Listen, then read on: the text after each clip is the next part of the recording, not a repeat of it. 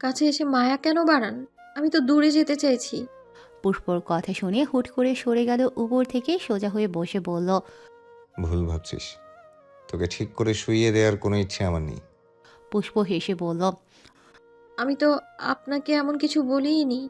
অপ্রস্তুতিতে নিজে থেকেই আবোল তাবোল বলে দিয়েছে পার্থ, তবুও নিজের অপ্রস্তুত ভাবটাকে প্রকাশ করতে দিল না। গাম্ভীর্যতা বজায় রেখে বলল। তো কি বলেছিস? পুষ্প উঠে বসে বলল। কিছু না, বাদ দিন। আপনার জ্বর কমেছে? পুষ্প এগিয়ে গিয়ে পার্থর কপালে হাত রাখল। তাপমাত্রা দেখে হাতটা সরিয়ে এনে বলল। ইস, এখনো একই রকম অবস্থা। ওষুধেও তো কাজ হলো না। আমি ডক্টর আঙ্কেলকে ফোন করছি। আপনি শুয়ে থাকুন, আমি খাবারের ব্যবস্থাও করে দিচ্ছি। অনেক বেলা হয়ে গেছে তো। এক প্রকার এড়িয়ে যাওয়ার মতো চটজলদি উঠে চলে গেল রুম থেকে। পার্থ দুহাতে মাথা চেপে বসে রইল সেথায়। কি যে হচ্ছে নিজের সাথে নিজেরই বোধগম্য হচ্ছে না। ভালো লাগছে না কিছুই। সকাল গড়িয়ে বিকেল হয়েছে। আজ সারাদিনে মেঘের ছিটেফোঁটাও দেখা যায়নি আকাশে। মেঘমুক্ত রোদ্দুজ্জ্বল আকাশ ছিল। বিকেলের দিকে এখন সূর্যের তেজ কিছুটা কমে এসেছে। কালকের বৃষ্টি ভেজা রাস্তাঘাট একদিনে রোদ ঝাঁঝিয়ে শুকিয়ে গেছে প্রায়। অর্ণবরা দুপুরের পর দিয়েই এসেছে পার্থদের বাসায় রোগী দেখতে। তাদের বন্ধু যে জ্বর আসলে আধমরা রোগী হয়ে যায় তা তাদের ভালো মতোই জানা আছে। পার্থ বালিশে হেলান দিয়ে বসে আছে, গায়ে কাঁথা জড়ানো। আর তার এপাশে ওপাশে সামনে খাটে চেয়ারে বসে আছে বন্ধুরা। পার্থ একটু পরপর হাসি দিচ্ছে, নাক লাল হয়ে গেছে মুছতে মুছতে। ডক্টর এসে চেক আপ করে গেছে সকালে, জ্বর মেপে ঔষধ দিয়ে গেছে। এখন তাপমাত্রা আগের থেকে একটু কম। সকালের দিকে আরেকটু অসুস্থ হয়ে যাওয়ায় পুষ্প মাথায় জলপট্টি দিয়ে দিয়েছে। দুপুরের দিকে পার্থ নিজে থেকেই শাওয়ার নিয়ে নিয়েছে। এখন একটু আরাম বোধ হচ্ছে। পার্থ বারবার হাঁচি দিচ্ছে বলে রকি বলে উঠল। ভাই তুই এমন তাগড়া পুরুষ মানুষ, তোর জ্বর হলে এমন মেয়ে মানুষের মতো হয়ে যাস কি করে বুঝি না। কার্তিক বলল। এটা হচ্ছে ওর জন্মগত রোগ। এ রোগের জন্যই আমাদের ভাবি আছে, সমস্যা নেই। মেয়েদের মতো মেয়েদের মতো হয়ে গেলে আবার তাকে পুরুষ করে তুলতে পারবে। পার্থ নাক টেনে কপাল কুঁচকে বলল। ওর জন্যই হয়েছে এগুলো। না ওর অ্যাক্সিডেন্ট হতো, আর না আমাকে ভিজতে হতো। কথা শেষে আবারও হাঁচি দিল পার্থ। হৃদয়ের হাতে মিনি গিটার ছিল, পার্থ এনেছিল প্রান্তের জন্য। সেটাকে এখন নিজের আয়ত্তে করে নিয়েছে সে। গিটারের টুংটাং দুটো শব্দ করে সুর লাগিয়ে বলল। তোমরা যে যাই বলো, আমাদের হিরোর ভালোবাসা কিন্তু বিরল। বেচারা জানে ভিজলে সে আধমরা হয়ে যায়, তবুও আমাদের ভাবিকে হিরোর মতো করে উদ্ধার করে নিয়ে এসেছে। বাহ, ক্যা সিন হ্যাঁ। সিনটা ক্রিয়েট করতে পারলো, চক্ষুটা মোর শীতল হইয়া যাইতো। হৃদয়ের টিটকারিমূলক কথায় সকলে হেসে দিল। তখনই ঘরে ঢুকলো পুষ্প। হৃদয়ের কথায় সেও শুনল, কিন্তু আমলে নিল না। কারণ সে জানে পার্থর মনে কোনো ভালোবাসা টালোবাসা নেই। হৃদয় পার্থ পায়ের কাছে বসায় তাকে পা দিয়ে লাথি দিয়ে বলল। বাজে বলা বন্ধ কর। পুষ্প রুমে ঢুকে সবার উদ্দেশ্যে বলল। আপনারা নিচে চলুন, নিচে আপনাদের জন্য চায়ের ব্যবস্থা করেছি। রকি পুষ্পকে ডেকে বলল। আরে ভাবি, তুমি এখানে না বসে আমাদের জন্য কিছু বানাতে কেন গেলে? আমরা এখন কিছু খাবো না। বেশি কিছু না তো, শুধু চাই তো। আচ্ছা, আমি এখানেই নিয়ে আসি তাহলে। অর্ণব আটকে দিল পুষ্পকে, বসা থেকে উঠে এগিয়ে গিয়ে বলল। লিটল প্রিন্সেস, তোমার তো পায়ে ব্যথা, এভাবে হেঁটে হেঁটে বারবার উপরে নিচে যাচ্ছ কেন? পায়ে সমস্যা হতে পারে। আচ্ছা দাঁড়াও তো, দেখি কতটা কেটেছে। অর্ণবকে পুষ্পের কাছে দেখে পার্থর কি হলো কে জানে। সে গম্ভীর গলায় ডাকলো পুষ্পকে। পুষ্প। পুষ্প চমকে তাকালো পার্থর দিকে, সাথে বাকি সবাইও তাকালো। পুষ্প সন্দিহান কণ্ঠে বলল। হ্যাঁ বলুন, কিছু লাগবে আপনার? পার্থ একই স্বরে বলল। এদিকে আয়। পুষ্প অর্ণবকে ফেলেই খুঁড়িয়ে এগিয়ে গেল পার্থর দিকে। বলুন, কিছু লাগবে? পার্থ কি বলবে, কেন ডাকলো পুষ্পকে? নিজের কাছেও জবাব নেই। কি হচ্ছে এসব? জ্বরে কি একেবারে পাগল হয়ে গেল নাকি? কিছু তো একটা বাহানা দিতেই হবে। এদিকে ওদিকে তাকিয়ে আমতা আমতা করে বলল। পানি দে। পুষ্পর ভ্রু কুঁচকে গেল। পানি চাওয়ার জন্য এভাবে ডাকলো? যাই হোক, সে টেবিলের ওপর থেকে গ্লাসে পানি ঢেলে দিয়ে দিল তাকে। পার্থ পানি পান করতে করতে ভাবলো শুধু শুধু কেন ডাকলো পুষ্পকে। অর্ণবের সাথে দেখে তো ওর এমন করার কথা নয়। ও আগে থেকেই জানে অর্ণবের ফিলিংস সম্পর্কে। জানে বলেই কি এমন লাগছে? এতটা অস্বস্তি আগে কখনো হয়নি, তবে এখন কেন হচ্ছে? প্রশ্ন হাজারটা, তবে উত্তর উত্তর খুঁজতে গেলে একটাও উত্তর পাওয়া যাচ্ছে না। পুষ্প পার্থর কাছ থেকে গ্লাসটা নিয়ে বলল। আমি আপনাদের জন্য উপরেই চা আনার ব্যবস্থা করি বরং। অর্ণব সাথে সাথে বলে উঠল। তুমি একা সবগুলো আনতে পারবে না, চলো আমি সাহায্য করছি। পুষ্প বারণ করল।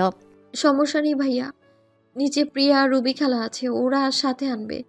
অর্ণব নিজের কথায় অটল থেকে বলল। তবুও চলো, যেটুকু পারি সাহায্য করে দেব। পুষ্প আর কিছু বলল না, চলে গেল। সাথে পেছন পেছন গেল অর্ণব। অর্ণবের বাড়াবাড়ি দেখে রাগ হলো কার্তিকের। বেটা জানে এখন পুষ্প পার্থর বউ, তারপরেও কেন পুষ্পের সাথে এভাবে কথা বলতে হবে। কার্তিক চোখ ঘুরিয়ে তাক করলো পার্থর পানে। সেও শক্ত চোখে দরজার পানে চেয়ে আছে। ধারালো চোয়াল স্পষ্ট জানান দিচ্ছে দাঁতে দাঁত চাপার ব্যাপারটা। রুম থেকে বেরিয়ে একটু সামনে এগোতেই অর্ণব ডেকে উঠল। প্রিন্সেস। পুষ্প দাঁড়িয়ে গেল করিডোরেই। পেছন ঘুরিয়ে প্রশ্নসূচক দৃষ্টিতে তাকালো অর্ণবের দিকে। অর্ণব বলল। তোমার সাথে ইম্পর্ট্যান্ট কথা আছে। হ্যাঁ বলুন, কি কথা? অর্ণব আগে পিছে তাকিয়ে নিশ্চিন্ত হয়ে নিল কারো উপস্থিতি আছে কিনা আশেপাশে। জায়গা ফাঁকা দেখে বলল। তোমাকে বলছিলাম না, কোনো ভালো আইডিয়া পেলেই তোমাকে জানাবো। পুষ্প মনে করে বলল। হ্যাঁ বলেছিলেন, পেয়েছেন কিছু? প্রশ্নটুকু উৎফুল্লতার সাথে করলেও পরপর আবার মিইয়ে গেল মেয়েটা। কিন্তু আইডিয়া পেলেই বা কি, জীবনে ওনাকে পাওয়ার আশা ছেড়ে দিচ্ছি। আগে আমার কথা শোনো, এত আগে হাল ছাড়লে কি করে চলবে? আমার মতো তুমি স্ট্রং সাহসী মেয়ে, তোমার মতো মেয়ে এত সহজে হার মানলে চলে? আমি আছি তো তোমার পাশে। বলছি না, তোমার ভালোবাসা পাইয়েই দিব, তার মানে দিবই। পুষ্প হেসে বলল। আচ্ছা তো কি করতে চাইছেন? তুমি একটু আগে কিছু খেয়াল করছো? পুষ্প না বুঝে বলল। কখন? একটু আগে যখন প্রার্থী পানি চাইলো। পুষ্প মনে করতে চাইলেও পানি দেওয়ার সময় কি হয়েছে যেটা খেয়াল করার মতো বিষয়, কিন্তু কিছুই মনে করতে পারল না। এমন কিছু তো হয়নি, মনে করতে ব্যর্থ হয়ে বলল। কি হয়েছিল তখন? কি খেয়াল করার কথা বলছেন? অর্ণব হেসে বলল। তুমি সত্যিই অনেক বোকা। শোনো আমি বলি, আমি যখন তোমার পায়ের ক্ষতটা দেখতে চেয়েছিলাম ঠিক তখনই ও ডেকে উঠলো। আর ডাকার ধরনটা দেখেছো তুমি? ডাকার আবার ধরন হয় নাকি? আপনি কি বলতে চাইছেন একটু পরিষ্কার করে বলুন তো, আমার তো বুঝতে অসুবিধা হচ্ছে। প্রার্থ জেলাস লিটল প্রিন্সেস। ও জেলাস ফিল করছে আমাকে তোমার পাশে দেখে। আমি খুব ভালো করে ওর চোখ মুখ খেয়াল করছি, ও জেলাস। আর একজন মানুষ একজনের প্রতি তখনই জেলাস হয় যখন বিষয়টা তার প্রিয় মানুষকে নিয়ে হয়। পুষ্পর এখনো বুঝতে অসুবিধে হচ্ছে। বিশ্বাস হচ্ছে না পার্থ ওকে নিয়ে জেলাস। মনে হাজারো প্রশ্ন তৈরি হয়েছে। সেই প্রশ্নই উগলে দিল অর্ণবের কাছে। কিন্তু উনি কেন আপনার উপর জেলাস ফিল করবে, তাও আবার আমার জন্যে? আমাকে তো উনি দেখতেই পারে না। আর তার উপর আপনি ওনার বন্ধু, আপনার সাথে কথা বললেই কি? আমি তো সবার সাথেই কথা বলি এভাবে। এখন পুষ্পকে বোঝাবে কে যে সবাই আর অর্ণব এক নয়। অর্ণবের অনুভূতি আর সবার অনুভূতি এক নয়। যে অনুভূতি সম্পর্কে পুষ্প অবগত না হলেও পার্থ অবগত। পুষ্পকে তো সব খুলে বলাও যাবে না। অর্ণব বুদ্ধি করে শর্টকাটে সব বোঝাতে চাইল, বলল। দেখো, ভালোবাসার অনুভূতিটা একদিনে অনুভব করা যায় না। অনুভূতিটাকে স্বীকৃতি দিতে আমাদের সময়ের প্রয়োজন হয়। আমরা যখন প্রথম প্রথম কারোর প্রেমে পড়ি তখন সেটা উপলব্ধি করতে আমাদের অনেক সময় লাগে। প্রার্থর ক্ষেত্রে তাই ধরতে পারো। আর তুমি এখন ওর বউ, আর বইয়ের প্রতি কেন কোন মানুষের যে একটু টান থাকবে না, এমনটাও কিন্তু নয়। যখন তার মাথায় একটা কথা আসবে যে সে আমার বউ, তখন হয়তো ভিতরের অনুভূতিটা চেঞ্জ হবে। তবে তাকে তার নতুন অনুভূতিদের সাথে পরিচয় করিয়ে দিতে হবে আমাদের। তোমাকে এত কিছু ভাবতে হবে না। তুমি শুধু ভাবো প্রার্থ আমাকে তোমার পাশে দেখে জেলাস ফিল করছে, তাহলে এখন আমাদের করণীয় কী? পুষ্প বোকা বনে গেছে অর্ণবের এত কথায়। তবে কথার অর্থগুলো অবশ্যই বুঝতে পেরেছে। কিন্তু পার্থ যে জেলাস এটা মানতে কষ্ট হচ্ছে। তাই অর্ণবের প্রশ্নের উত্তরে বোকা বোকা কণ্ঠে বলল। কি? অর্ণব কপাল চাপড়ে বলল। এইটুকু বোঝো না, আর তুমি নাকি ভালোবাসো। ভালোবাসা কি এগুলো বুঝলেই হয়? অর্ণব তপ্ত শ্বাস ফেলে বলল। আচ্ছা আমি বুঝিয়ে দিচ্ছি। আমাদেরকে পার্থর আরও জেলাস করাতে হবে। শোনো, এই জেলাস থেকে আস্তে আস্তে ভিতরে ভালোবাসা তৈরি হয়, বুঝেছো তো? বুঝলাম, কিন্তু জেলাস করব কি করে? আমি আসি না, টেনশন নিচ্ছ কেন? আমি যা যা করতে বলবো তাই তাই করবে। প্রার্থনার সামনে আমার সাথে বেশি বেশি কথা বলবে, হেসে হেসে কথা বলবে, তারপর চেক করবে ওর জেলাস লেভেল কতটা। যদি এইতেও কাজ না হয় তাহলে আমরা অন্য পন্থা বাছাই করব। আমাদের কাছে কি উপায়ের অভাব আছে নাকি? তুমি দেখো, প্রার্থকে তোমার প্রেমে ফেলেই ছাড়বো। পুষ্প হাসলেও অর্ণবের মাসুম ব্যবহারে মানুষটা পুষ্পর জন্য কতটা করছেন আজকাল কেউ কারোর জন্য এতটা করে। পুষ্প প্রসন্ন স্বরে বলল। আপনাকে আমার ভাইয়া কম বেস্ট ফ্রেন্ড বেশি মনে হয়। অর্ণব হাত তাহলে বাড়িয়ে বেস্ট দিয়ে ফ্রেন্ডই বলল। সই। প্ল্যানের প্রথম ধাপ ফ্রেন্ডশিপ দিয়েই হোক। ব্যর্থ আমাদের বন্ধুত্ব দেখবে আর লুচির মতো ফুলবে। পুষ্প হাত মিলিয়ে হ্যান্ডশেক করে বলল। তবে তাই হোক। প্রিয়া করিডোরে পায়চারি করে যাচ্ছে। পার্থের রুমে হৃদয়রা বসে আছে। একটু আগেই তাদের চা নাস্তা দেওয়া হয়েছে। প্রিয়া একবার ভেতরে ঢুকে কতক্ষণ ঘুরঘুর করে এসেছে, কিন্তু হৃদয় তাকে একবার চোখে তুলে দেখে পর্যন্ত নেই। সেই নিয়ে তার কত আক্ষেপ। এত সুন্দর করে পরিপাটি হয়ে এসেছে তার সামনে, কিন্তু সে দেখলই না। রাগ করে রুম থেকে বেরিয়ে এসেছে।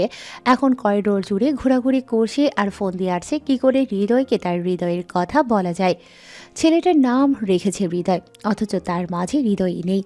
এত করে ইশারা ইঙ্গিতে প্রিয়া বোঝায় তাকে, তবুও সে বোঝে না। 17 বছর চলছে মেয়েটার, এখন অবধি একটা প্রেমও করেনি। তার বান্ধবীরা স্কুল লাইফ থেকেই 3-4টে করে প্রেম করত, আর সে এখন কলেজে উঠে গেছে, তবুও একটা প্রেম করতে পারল না। সেই 16 বছর বয়স থেকে হৃদয়কে পছন্দ করে এখনও সেই হৃদয়তেই আটকে আছে। দু বোনের হয়েছে মহাজালা। যাদেরকে ভালোবাসা থেকে 10 গজ দূরে থাকা উচিত, দু বোন সেই তাদেরকেই ভালোবেসে বসে আছে। পুষ্প যাই একটু এগিয়েছে, প্রিয়া তো সেই সেখানেই আটকে আছে। এখনও মনের কথাটা মুখ ফুটে বলতেও পারছে না। ওদিকে বলতো, অথচ অন্ধের বাচ্চার জন্য বলা হলো না। আজ বলা চাই, যে করেই হোক আজই বলবে সে, কিন্তু কি করে যে বলবে সেটাই ভেবে পাচ্ছে না। এমন সময় সিঁড়ি ভেঙে উপরে আসতে দেখা গেল অন্তকে। ওকে দেখে মাথায় বুদ্ধি এসে গেল, ওর জন্যই তো ওই দিন বলতে পারেনি কিছু, আজ ওকে দিয়েই সেটার শোধ তুলবে। অন্ত হেঁটে আসলে প্রিয়া তার সামনে দুহাত ছড়িয়ে দাঁড়িয়ে পড়ল। দুহাত দুদিকে ছড়িয়ে বলল। দাঁড়াও। অন্ত ভ্রুকুসকে বলল। কি হয়েছে? এমন কাকতাড়ুয়া হয়ে দাঁড়িয়ে আছিস কেন? প্রিয়া হাত নামিয়ে বলল। তোমার সাথে কথা আছে আমার। অন্ত তারা দেখিয়ে বলল। কি কথা বল, সময় নেই আমার। সময় না থাকলে সময় বের করতে হবে। কি হয়েছে বলবি? প্রিয়া গলা পরিষ্কার করে রয়ে শুয়ে বলল। বলছি, আগে বলো, তোমাকে এখন যা বলবো তুমি কাউকে বলবে না। বুবুকে তো নাই, বলবে না, কথা দাও অন্ত ভাইয়া। অন্তর্ভ্রু উঁচু হয়ে গেল, কপাল টান টান করে বলল। কি এমন কথা বলবি যার জন্য এত ফর্মালিটি পালন করছিস? আবার আমার নামটাও ঠিকঠাক উচ্চারণ করছিস। ব্যাপার কি বলতো? কিছু লাগবে তোর? কিনে দেব? লাগবে তো কিছু, কিন্তু কেনার না, তোমার সাহায্য লাগবে। তো কি সাহায্য লাগবে বল? প্রিয়া ভয়ে ভয়ে বলল। আমি না হৃদয় ভাইকে ভালোবাসি। দেখো, তুমি আমাকে ভুল বোঝো না। বুবুকে কিছু বলো না প্লিজ। আমি সত্যি ওনাকে ভালোবাসি। তুমি একটু সাহায্য করো না আমাকে। আমি আর কখনো তোমার সাথে বাজে ব্যবহার করবো না, প্রমিস। কিন্তু তুমি অন্য কাউকে কিছু বলো না, প্লিজ প্লিজ ভাইয়া। প্রিয়া ভয়ে এটা ওটা বলে যাচ্ছে যাতে অন্ত কাউকে কিছু না বলে, কিন্তু এদিকে অন্তর বুকটা পড়ে যাচ্ছে। হারানোর দাহনে পুড়ে ছাই হয়ে যাচ্ছে বুকের ভেতরটা। মানুষ বলে না, ভালোবাসি কষ্ট পেলে নাকি বুকের ভেতর চিনচিনে ব্যথা করে। অন্তরও তাই হচ্ছে। এই ভালোবাসার জিনিসটার সাথে বুকের এত কানেকশন কেন? কিছু হলেই বুকের ভেতরটা জ্বলে পড়ে ছারখার হয়ে যায়। অন্ত কিছু না বলে প্রিয়ার দিকে ফ্যালফ্যাল করে তাকিয়ে আছে বলে প্রিয়া আবার বলল। ও অন্ত ভাইয়া, কিছু বলো না, একটু সাহায্য করো আমাকে। অন্ত দুটো ঢোক গিলে সামলালো নিজেকে। প্রিয়ার দিক থেকে চোখ সরিয়ে নিয়ে দু একবার পলক ঝাপটে বলল। ভালোবাসিস? প্রিয়া উপর নিচ মাথা দোলালো। অন্তু আবার বলল। তাকে ভালোবেসে কষ্ট পেয়েছিস কখনো? সবসময়ই তো পাচ্ছি, মনের কথাটা বলতেই পারছি না, কষ্ট লাগবে না? বুকের ভেতরে ব্যথা অনুভব করেছিস কখনো? চিনচিন ব্যথা, পুড়ে যাওয়ার যন্ত্রণা অনুভব করেছিস কখনো এগুলো? প্রিয়া মাথা চুলকে বলল। এরকম আবার ব্যথা হয় নাকি? হয়, আমার হচ্ছে। কিন্তু আমার তো কখনো হয়নি। তার মানে তুই এখনো ভালোবাসতে পারিসনি। যেদিন ভালোবেসে এমন ব্যথা অনুভব করবি, সেদিন তোকে তোর ভালোবাসা পেতে সাহায্য করব। সেদিন আমার কাছে এসে শুধু বলবি তোর ভালোবাসা তোকে পাইয়ে দেব, আমার মতো ভুগতে দেব না তোকে। কথাটুকু বলেই হনহনিয়ে নিজের রুমে ঢুকে গেল। মুখের সামনে ঠাস করে লাগিয়ে দিল দরজাটা। প্রিয়া ভাবুক হয়ে তাকিয়ে রইল সেদিকে। কি বলে গেল? এরকম ব্যথা পেলেই সাহায্য করবে? হ্যাঁ, শখ কত। লাগবে না তোর সাহায্য, আমি নিজেই করে নেব। ব্যাটা অন্ধের বাচ্চা, ভালো করে দুটো কথা বলেছি বলে উনি আকাশে উড়ে গেছে। যত্তসব, লাগবে না তোর সাহায্য। মনে মনে ১০০ একটা বকা দিতে দিতে নিচে নেমে গেল সে। রাত বাজে প্রায় ৯টা। অর্ণবরা একটু আগেই বেরিয়ে গেল পার্থদের বাসা থেকে। পুষ্প তাদের খাবারের ব্যবস্থা করতে চেয়েছিল, কিন্তু কেউই তাকে কিছু করতে দেয়নি।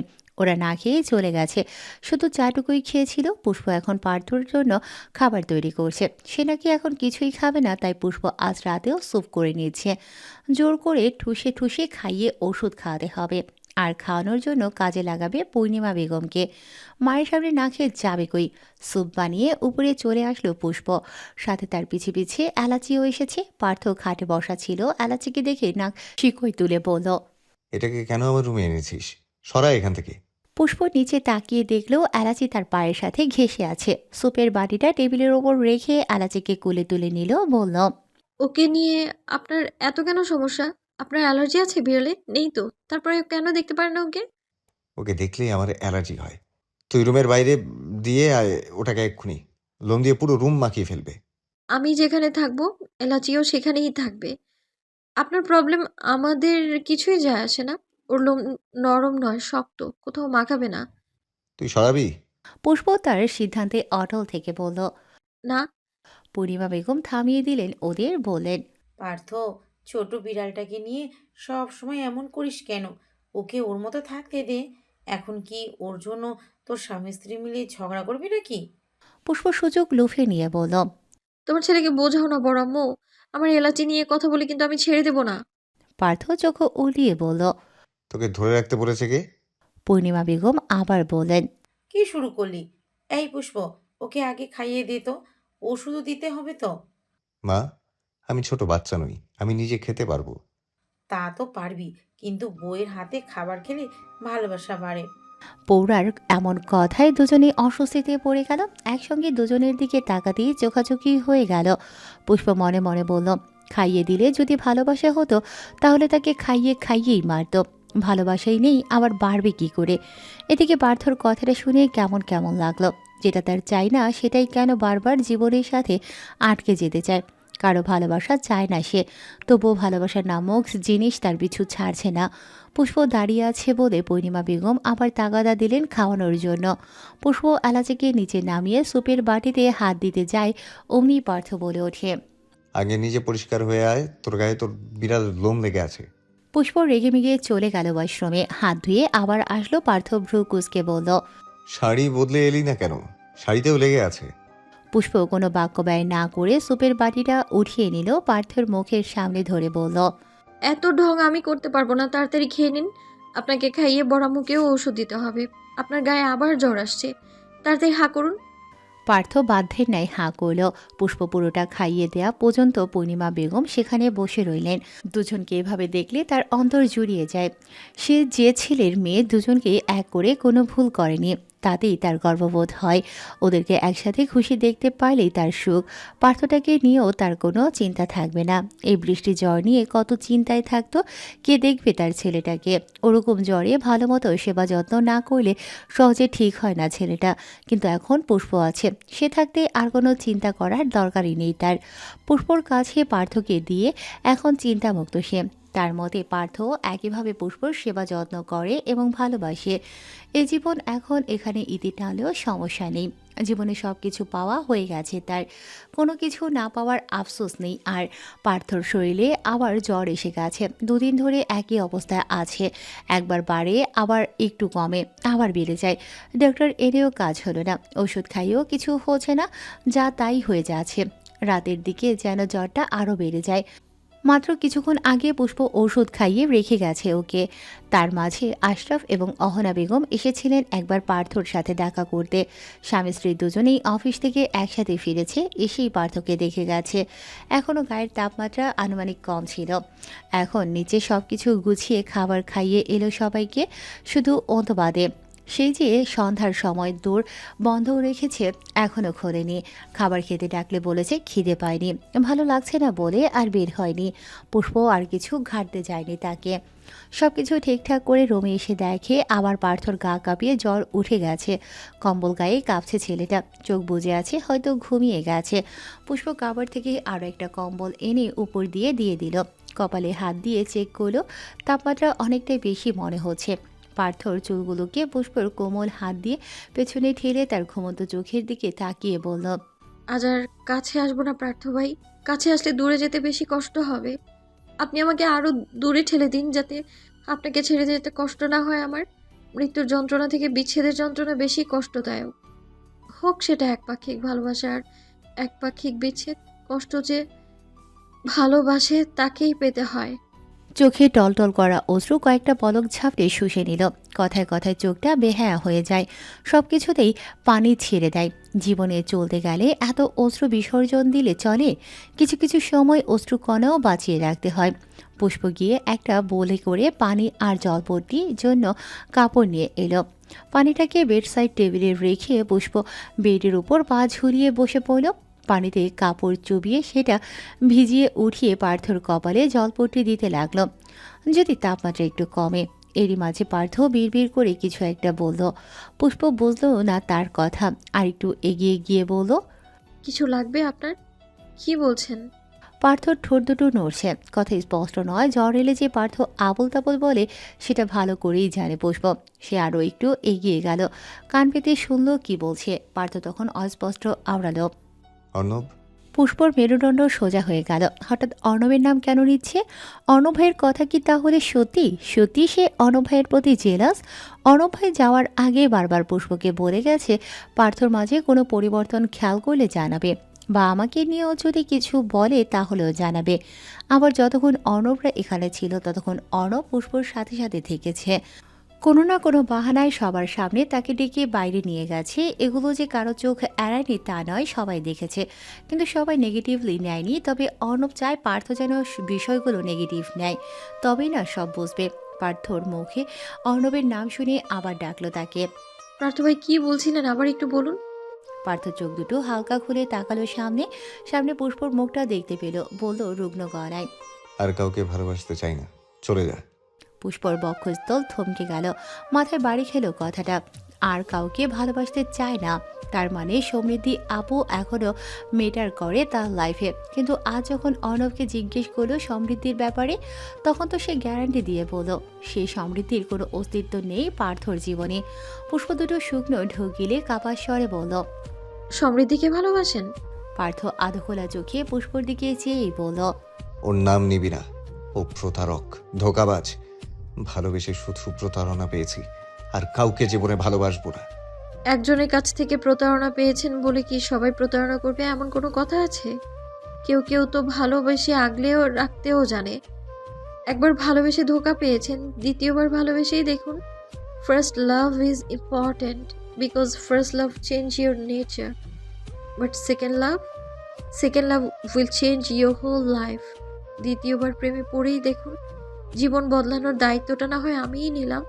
পার্থ আরও কিছুক্ষণ তাকিয়ে রইল পুষ্পর দিকে, এরপর আবার চোখ দুটো বুজে ফেলল। পুষ্প তপ্ত শ্বাস ফেলে মাথায় জলপট্টি দিতে ব্যস্ত হয়ে পড়ল। মরুর বুকে গাছ লাগানোর চেষ্টা করছে সে। মরুর ওই তপ্ত খড়খড়ে বালুর উপর কি গাছ লাগানো সম্ভব? পানি ছাড়া কি গাছ আদৌ বাঁচবে? তবুও পুষ্প ক্ষুদ্র প্রচেষ্টা, কে বলতে পারে যদি কোনো মিরাক্কেল হয়ে যায়। হঠাৎ পার্থ বেডে থাকা পুষ্পর হাত চেপে ধরল। পুষ্প ধ্যানের সুতো ছিঁড়ে বেরিয়ে এলেও পার্থর শক্ত হাতের মুঠোয় ধরে থাকা হাতটার দিকে তাকিয়ে হেয়ালি হেসে বলল, আপনি কিন্তু এভাবেই মায়া বাড়াচ্ছেন। শেষে ছেড়ে যেতে না পারলে আমার কোনো দোষ নেই বলে দিলাম। একে তো কখনো বুঝবেন না আমাকে, তার উপর এমন ছোট ছোট কাণ্ড করে মনটাকে মোম বানিয়ে ফেলছেন। একটু তাপ পেলেই গলে যাই আমি, কবে যেন গলে গলে একেবারে নিঃশেষ হয়ে যাই। আপনি এগুলো আমার সাথে একদম ঠিক করছেন না। শেষের দিকে এসে কণ্ঠটা বুঝে এলো। এতক্ষণ ধরে আটকে রাখা চোখের জলও বাদ মানল না। নরম গাল বেয়ে গড়িয়ে পড়ল এক ফোঁটা অশ্রু। বিছানার ওপর এলোমেলো হয়ে ছড়িয়ে ছিটিয়ে আছে জামা কাপড়। সেখান থেকে খুব পক্কতার সাথে একটা একটা করে জামা ব্যাগে ভরছে পুষ্প। বেশিরভাগই রয়েছে শাড়ি। বিয়ের পরে শাড়ি পরবে বলে সব শাড়ি কিনে এনেছিল এ বাড়িতে। অন্য জামা কাপড় হবে দু একটার মতো, আর সব নতুন নতুন শখের শাড়িগুলো সব লাগেজে ভরে চেনটা টেনে দিল পুষ্প। ভেতর থেকে বেরিয়ে এলো ভারী দীর্ঘশ্বাস। ধপ করে খাটের একপাশে বসে পড়ল। ভেতর থেকে কান্নারা দলা পাকিয়ে আসে। আজ তাকে চলে যেতে হবে এ বাড়ি থেকে। মনে পড়ে গেল কাল রাতের সেই ঘটনা। নিজের চোখকে মানাতে পারল না। দু চোখ বেয়ে বর্ষণ শুরু হলো। কাল ছিল পার্থর জ্বর পড়ার চতুর্থ দিন, এবং অবিশ্বাস্য ব্যাপার, এই 4 দিনের মাথায় পার্থ একদম সুস্থ হয়ে গেছে। যে ছেলে 7 দিনের আগে কোনোদিন জ্বর কমেনি, সে ছেলে 4 দিনে সুস্থ হয়ে গেল। ব্যাপারটা সবার কাছেই খুব আশ্চর্যের এবং খুশিরও। পূর্ণিমা বেগমের মুখ থেকে তো পুষ্পর নামই সরছে না। তার ছেলের এত তাড়াতাড়ি সুস্থ হওয়ার পেছনে তো পুষ্পই ছিল। সকাল থেকে রাত অবধি পুষ্প খেটেছে শুধু পার্থর পেছনে। সকালের খাওয়া দাওয়া থেকে শুরু করে রাতের জলপটি সব করেছে, মাথা ধুইয়ে দেয়া, টাইম মতো ওষুধ খাওয়ানো। খাবার খেতে ইচ্ছে করেনি বলে নতুন নতুন ডিশ তৈরি করে নিজের হাতে খাইয়ে দিয়েছে। এসব করেছে পূর্ণিমা বেগমের সাহায্যে। তাকে সামনে বসিয়ে সব করেছে যাতে পার্থ কোনো কিছুতে বারণ করতে না পারে। নিজে অসুস্থ থাকা সত্ত্বেও সে পার্থের সেবা করেছে। কিন্তু বাসন্ত পুরুষটার মন কি একটুও নাড়াতে পেরেছে সে? মনে হয় না, পারেনি। তাহলে তো আর কাল রাতে এত অপমানিত, এত লাঞ্ছিত হতে হতো না। কাল সন্ধ্যার দিক থেকেই পার্থ মোটামুটি সুস্থ। তবুও রাতে পুষ্পই পার্থকে খাইয়ে দিয়েছে পূর্ণিমা বেগমের কথায়। এরপর রাতে যখন পুষ্প নিজের সব কাজ শেষ করে ক্লান্ত হয়ে রুমে ফিরেছে, তখনই শিকার হয়েছে পার্থর হিংস্রতার। পুষ্প রুমে ঢুকতেই পার্থ তার হাত টেনে দরজা লাগিয়ে দরজার সাথে চেপে ধরে। রাগে রিরি করতে করতে বলে, সুযোগ নিচ্ছিস? অসুস্থ করে তার সুযোগ নিচ্ছিস? কাছে আসার বাহানা করছিস? কি ভেবেছিলি পার্থ অসুস্থ হলে তার সেবা করে তার মন পেয়ে যাব? এটাই ভেবেছিলি তো? রোজ রোজ মাকে সামনে বসিয়ে রেখে সুযোগের সদ্ব্যবহার করে কাছে আসার চেষ্টা করেছিস তুই। মনে রাখিস, পার্থ কখনো তোর জালে ফাঁসবে না। হঠাৎ যে পুষ্প এমন কিছুর মুখোমুখি হবে তা কখনো বুঝতে পারিনি। পার্থ তার 2 বাহু ধরে চেপে আছে। হাত দুটো ব্যথায় বিষিয়ে উঠেছে। তার থেকেও বেশি ব্যথা লাগছে মনে। নাজুক মনে হুটহাট এমন ব্যথা পেলে ভীষণ কষ্ট লাগে। কিছু না করেও এমন অপবাদ কে সহ্য করে? কার এত ক্ষমতা আছে মিথ্যে অপবাদ সহ্য করার? অনেকের থাকলেও পুষ্পের সহ্য হলো না। সব কিছু এত সহ্য করা যায় না। এত অপমান, অপবাদ, লাঞ্ছনা পুষ্পের সহ্য হলোও না। পার্থর বুক বরাবর হাত রেখে জোরে ধাক্কা দিয়ে সরিয়ে দিল তাকে। অশ্রুসিক্ত নয়নে বাঘিনীর ন্যায় বাক্য ছুঁল, আপনি পাগল, অসুস্থ মন মানসিকতা নিয়ে বাস করেন আপনি। আপনাকে ভালোবাসা আমার চরম ভুল ছিল। আগে তো আপনি এমন ছিলেন না, তাহলে এখন কেন এমন হলেন? এরকম অমানসিক রূপটা আগে দেখিয়ে দিতেন আপনি, তাহলে না মন দিতাম আপনাকে, আর না মন মরতো আপনার কারণে।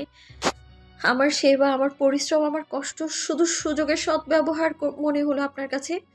ঠিক আছে, থাকেন আপনি আপনার নিচু মন মানসিকতা নিয়ে, কারণ আমি আমার তরফ থেকে একটুও সাফাই গাইব না। যে অবুঝ তাকে বোঝানো দেয়, যে একটা সাইকো তাকে সুস্থ করা যায় না। পুষ্পর কথা শেষ হওয়ার সাথে সাথে পার্থ আবারও তাকে দরজার সাথে ঠেসে ধরল। পুষ্পর করা অপমান এবার তার গায়ে সহ্য হলো না। চোখ দুটো রক্তিম আবায় ছেয়ে গেল। চুলগুলো সব কপালের ওপর এবড়ো থেবড়ো হয়ে পড়েছে। রাগে হিতাহিত জ্ঞান হারিয়ে পুষ্পর চোয়াল শক্ত হাতে চেপে ধরল, দাঁতের দাঁত চেপে বলল, তাহলে কেন পড়ে আছিস এই সাইকো অমানুষ অস্বাভাবিক মানুষের কাছে? ছেড়ে যাচ্ছিস না কেন? পুষ্প নিজের চোয়াল থেকে পার্থর হাত ছাড়িয়ে বলল, ছেড়ে তো যাবই, কিন্তু আমি চেয়েছিলাম ছেড়ে যাওয়ার আগে আপনার মনে একটু দাগ কেটে যাব। কিন্তু আমি তো ভুলেই বসেছিলাম। যাদের মন নেই তাদের মনে দাগ কাটা যায় না। আপনার সাথে আমার সম্পর্কের ইতিটা এইখানেই ধরে নিন। এতদিন ধরে যে সম্পর্কটাকে আমি ধরে বেঁধে রেখেছিলাম সেটাকে আমি ছেড়ে দিলাম। আপনি মুক্ত, সাথে আমিও। নিজে থেকে আর কোনো দিনও ফিরবো না আমি আপনার কাছে। Best wishes for you lonely life, mister psycho, mister Yuvan Partha Chowdhury. Partha একই স্বরে বলল, Keep your best wishes to yourself. You need it more than me. Okay, let's see. কথা শেষেই পুষ্প আবার ধাক্কা দিয়ে সরিয়ে দিল পার্থকে। দরজা খুলে ধপাধপ পা ফেলে চলে গেল রুম থেকে। পায়ের ব্যথাটা তুলনামূলক কম ছিল। এক প্রকার দৌড়েই চলে যায় পাশে প্রিয়ার রুমে। প্রিয়া অনেকক্ষণ তাকে জিজ্ঞেস করেছে কি হয়েছে, কেন কাঁদছে, এভাবে কেন রুম থেকে এলো, পার্থভাই কি বলেছে, নানা ধরনের প্রশ্ন করেছিল। শেষে পুষ্প নিজেকে সামলিয়ে বলল, কাল সকালেই আমরা এ বাড়ি ছেড়ে চলে যাব, তাতে যাই হয়ে যাক না কেন, এখানে আর নয়। প্রিয়া অবাক হয়ে প্রশ্ন ছুঁল, কিন্তু কেন? কালকেই কেন? আমাদের তো কয়েকদিন পরে এমনিতেই বাসায় যাওয়ার কথা ছিল। আম্মু ছুটি হলেই প্রার্থ ভাইয়া নিয়ে বাসায় যাওয়ার কথা ছিল। সব ক্যান্সেল। আমরা কাল যাব, মানে কালকেই যাব। তুই থাকতে চাইলে তুই থাক, আমি চলে যাচ্ছি কাল সকালেই। বুবু কি হয়েছে খুলে বলবে আমাকে? প্রার্থ ভাই আবার কি বলেছে? কিছু না, উনি ওনার মানসিকতা অনুযায়ী কথা বলেছে, ব্যাস, আর কিছুই না। কিন্তু কি বলেছে সেটা তো বলো। আমাদের মাঝের কথা আমাদের মাঝেই থাক প্রিয়, জানতে চাস না আর এই বিষয়ে? ঠিক আছে, বলো না। কিন্তু এখন যাওয়ার কোনো প্রয়োজন নেই বাবু। ভাই কেমন হয়ে গেছে তুমি তো জানোই। তার কথা গায়ে নিও না তো। ভাইয়াকে টাইম দিতে হবে, বুঝেছো? না হলে আর ঠিক করা যাবে না। আমি ঠিক করতে চাইও না, উনি এভাবেই থাকুক। আস্তে আস্তে ঘৃণারা জেঁকে ধরুক আমাকে। কখনো তার জন্য প্রেম না আসুক মনে, না পাওয়ার শহরে পাওয়ার আশা ছেড়ে দেয়াই উত্তম। একা বেঁচে থাকাই সব থেকে সহজ মাধ্যম। কি হয়েছে বাবু? এমন কথা কেন বলছো? খুলে বলো তো আমাকে। কিশোরী বয়সের প্রেম তো, তাই প্রেমটা মনের ভেতর এমনভাবে গেঁথে গেছে বুঝলি। না পারছি এটা ধরে রাখতে, আর না পারছি উপড়ে ফেলতে। এখনকার মতো যদি একটু বুঝদার হতাম, তাহলে কখনো মনে ভালোবাসা পুষতাম না। ভুল যখন করেছি, ভুলের মাসুল তো দিতেই হবে। বোনের এমন বেদনাদায়ক কথায় প্রিয়ার নিজেরই কান্না চলে আসে। বসা অবস্থায় বোনকে জড়িয়ে ধরে বলল, কেঁদো না বাবু, সব ঠিক হয়ে যাবে। কিন্তু তুমি এখন যেতে পারবে না এখান থেকে। ওই ছানার বাচ্চাও এ বাড়িতে। তুমি তো জানোই প্রার্থ ভাইয়ার প্রতি কেমন ছুকছুক ভাব তার। তুমি গেলে দেখবে সুযোগ নেবে। তাকে নিয়ে তোর চিন্তা করতে হবে না, সে নিজেকে বাঁচিয়ে রাখতে জানে। ওসব মেয়ে তার মনে ঢুকতে পারবে না।